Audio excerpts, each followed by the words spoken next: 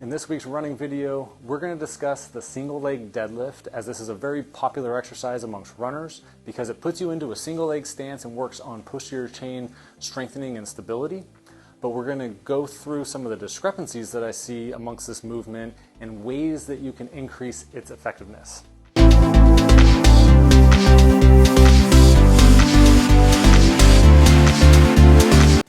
Okay, so again, the single leg deadlift is a very important exercise for runners. It trains a lot of strength and core stability in a single leg stance, which is what we want for running.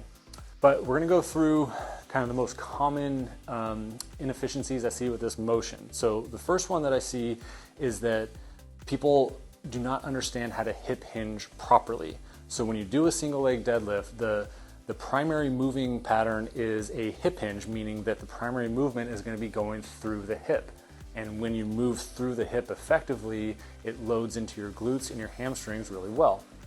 But the first discrepancy I see is instead of hinging through the hip effectively, that many people will start by bending through their back and then going through their hip and then even bending through the knee.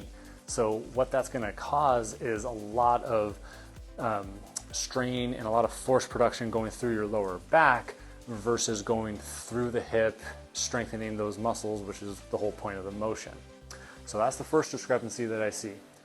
The second one is that as people are going through the motion, you'll see them rotate away from their stance leg, that this hip comes up really high and they lose their alignment.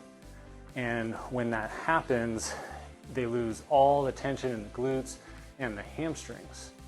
So that is something that if you can dial that in, you're going to get much more effectiveness out of the hamstrings and gluteal muscles, which is what this movement's supposed to be targeting.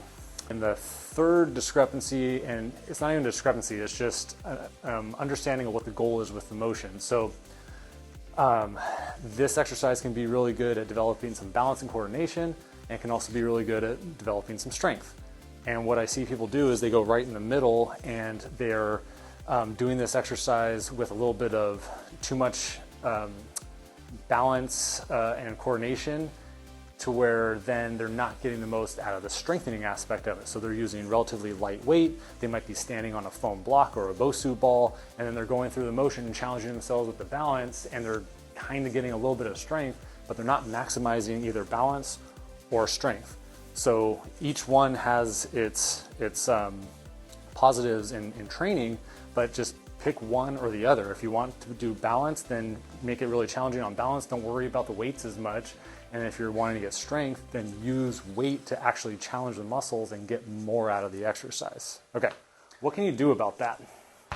So number one, just make sure that you can hip hinge properly. So an easy way to learn the hip hinge is if you have a broomstick or a PVC pipe, and don't even go to single leg starting off. Sometimes I think it's just a matter of, runners get excited about doing a single leg exercise, but they haven't mastered the movement with both legs. So if you put a PVC pipe along your spine like so, soften your knees, and remember, it's a hip motion primarily. So we're trying to move the hips back, and you want to maintain contact of your tailbone, mid-back, and your head along the broomstick or PVC pipe as you go through the motion.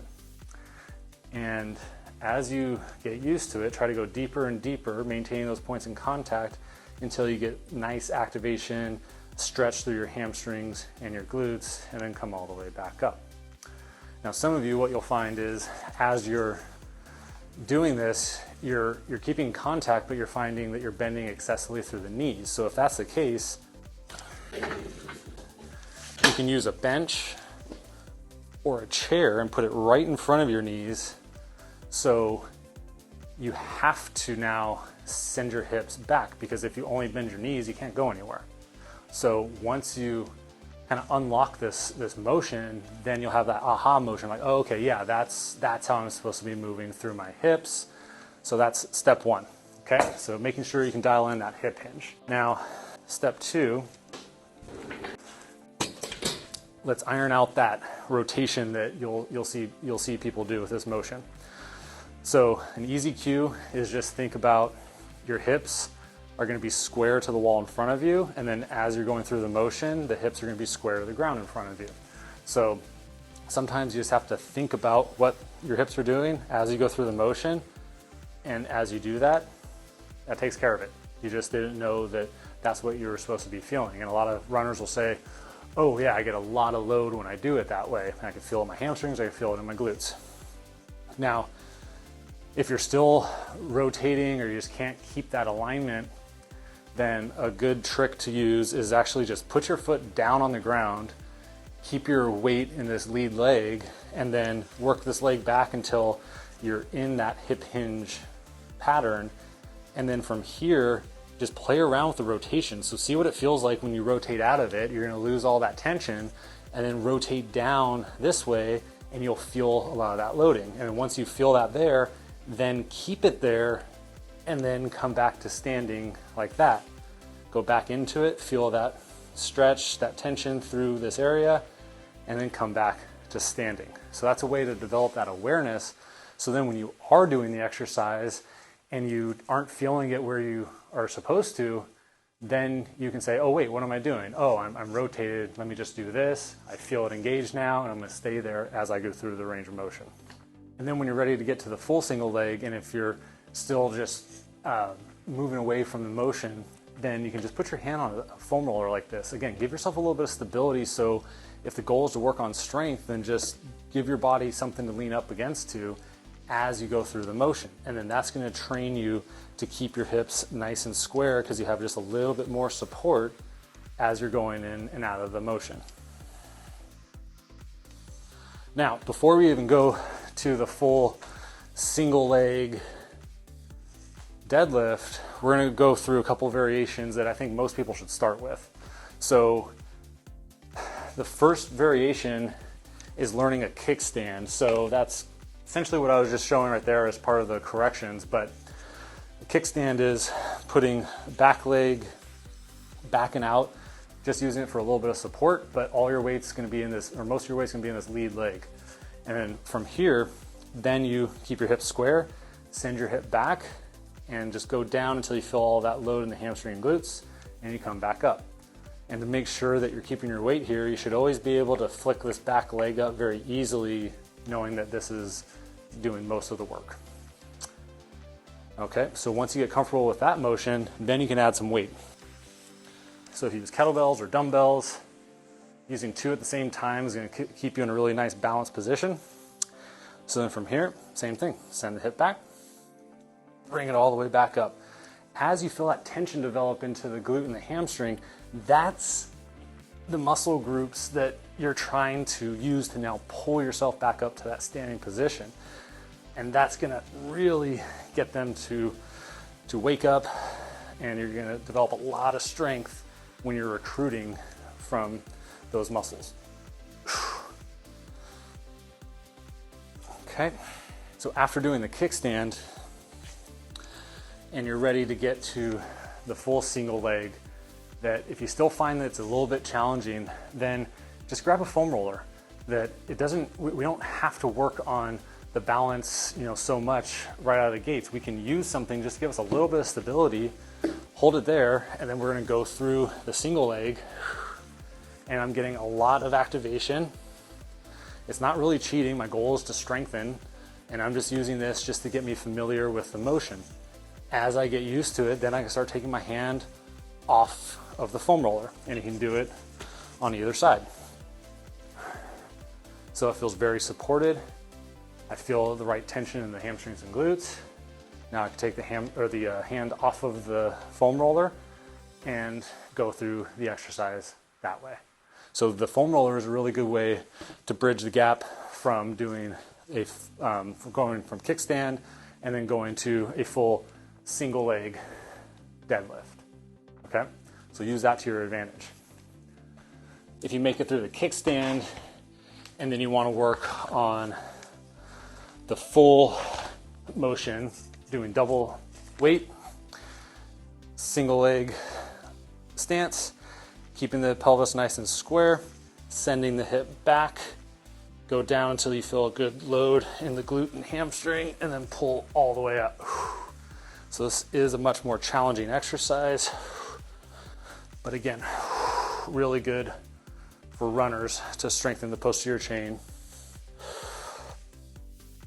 One other variation that you can add to the mix, that you have your technique down, you have your hips square, so you have all that ironed out. So now another variation of this exercise to get your lower leg involved and start training our body to recruit from our hip all the way down to our toe is you're going to be doing a kickstand where you prop your heel up a little bit, thinking about driving your big toe into the ground like this, and you're thinking about pressing down from the hip. So then what this looks like, you should be able to lift this back leg up very easily. You're going to send your hip back and then all the way up, keeping the heel up the entire time. So I'll do a few of these.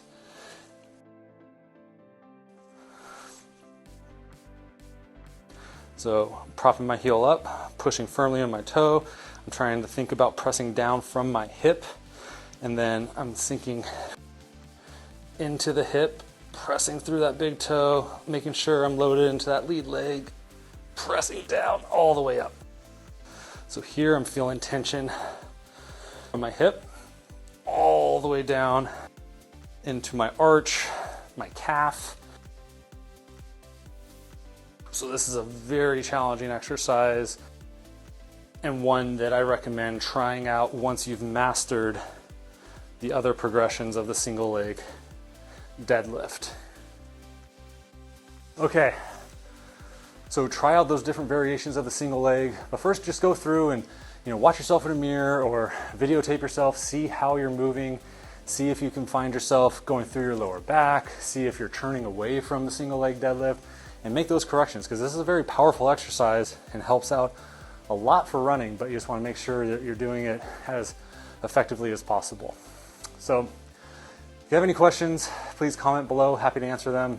If you have any other thoughts or suggestions about content for running or anything else that you have questions about, comment below, happy to answer those as well. We're always looking for new ideas. And until the next video, see you guys next time.